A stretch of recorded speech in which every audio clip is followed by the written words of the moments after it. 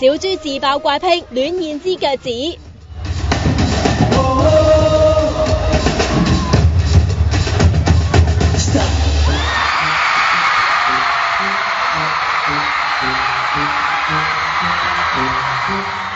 哇，好有型喎！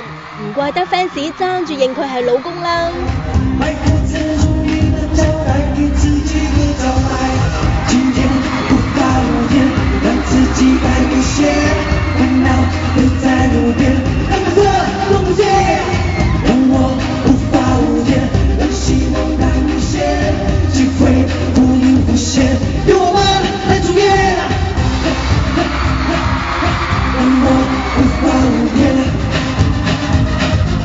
一連3場香港演唱會，前晚喺紅館正式開 show，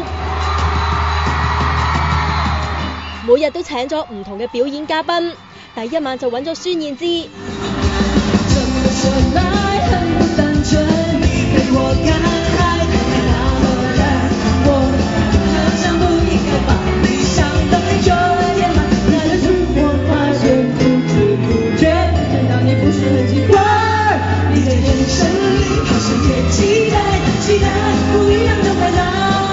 有一天呢，他來100分100錄影嘛，然後穿的是那個羅馬鞋吧，還是涼鞋，然後我就突然看到，哇，我好像一見鍾情了，你知道嗎？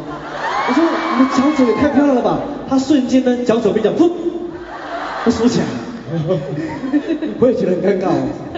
我現在還是很尷尬。好，看得到，看得到，嗨，好久不見，你願意跟我在一起嗎？你願意跟我在一起嗎？我不是跟你躲什麼，我是跟他呀。出自演藝世家，搞完笑梗係要 show 下 quality 俾粉絲睇啦。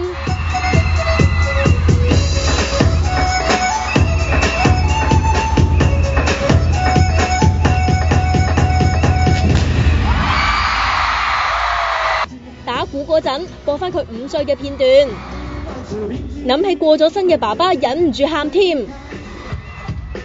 演唱會做得咁成功，佢爸爸應該好安慰啦。